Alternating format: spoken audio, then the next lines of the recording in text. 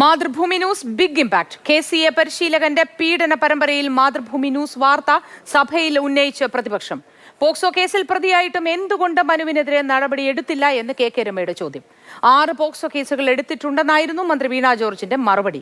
ആഭ്യന്തര വകുപ്പിന്റെ പരിധിയിൽപ്പെടുന്ന വിഷയമായിരുന്നിട്ടും അടിയന്തര പ്രമേയ നോട്ടീസിന് മറുപടി പറയാൻ മുഖ്യമന്ത്രി എത്തിയില്ല. മുഖ്യമന്ത്രി ഇതിനകത്ത് ഹാജരായിട്ടില്ല. ഇതിന് എത്ര ലാഘവത്തോടു കൂടിയാണ് സർക്കാർ ഈ വിഷയങ്ങളെ കാണുന്നത് എന്നതിന്റെ ഏറ്റവും പ്രധാനപ്പെട്ട ഉദാഹരണം കൂടിയാണ് സാർ അത്. മാതൃഭൂമി ന്യൂസ് പുറത്തു കൊണ്ടുവന്ന KCAയിലെ കോച്ചിന്റെ പീഡനം ഉൾപ്പെടെ സംസ്ഥാനത്ത് സ്ത്രീകൾ നേരിടുന്ന അതിക്രമം സംബന്ധിച്ച വിഷയം ചർച്ച ചെയ്യാൻ സഭ നിർത്തിവെക്കണമെന്നാവശ്യപ്പെട്ടാണ് KK രമ MLA നോട്ടീസ് നൽകിയിരുന്നത്.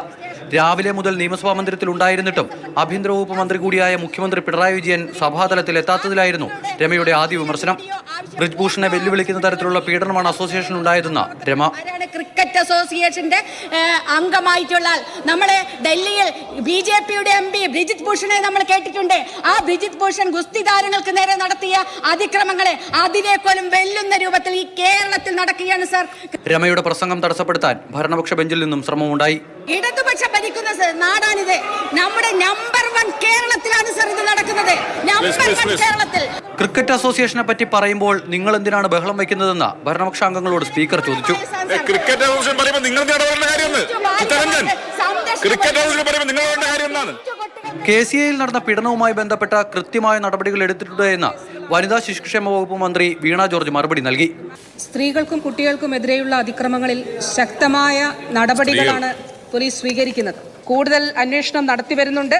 സർ, ഈ സാഹചര്യത്തിൽ ഈ വിഷയത്തിന്മേൽ സഭ നിർത്തിവെച്ച് ചർച്ച ചെയ്യേണ്ട ആവശ്യമില്ല എന്നുള്ളത് അറിയിക്കുകയാണ്. അരൂരിൽ ഉൾപ്പെടെ സ്ത്രീകൾക്ക് നേരെയുണ്ടായ ഓരോ വിഷയങ്ങളും പ്രതിപക്ഷം എണ്ണി പറഞ്ഞു. മന്ത്രിയെയും പോലീസിനെയും പ്രതിപക്ഷ നേതാവ് കടന്നാക്രമിച്ചു.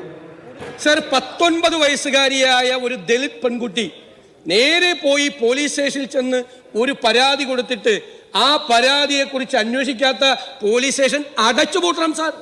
മന്ത്രിയുടെ മറുപടിയുടെ അടിസ്ഥാനത്തിൽ അടിയന്തര പ്രമേയത്തിന് അവതരണാനുമതി നിഷേധിച്ചു. പ്രതിഷേധവുമായി പ്രതിപക്ഷം സഭ വിട്ടു.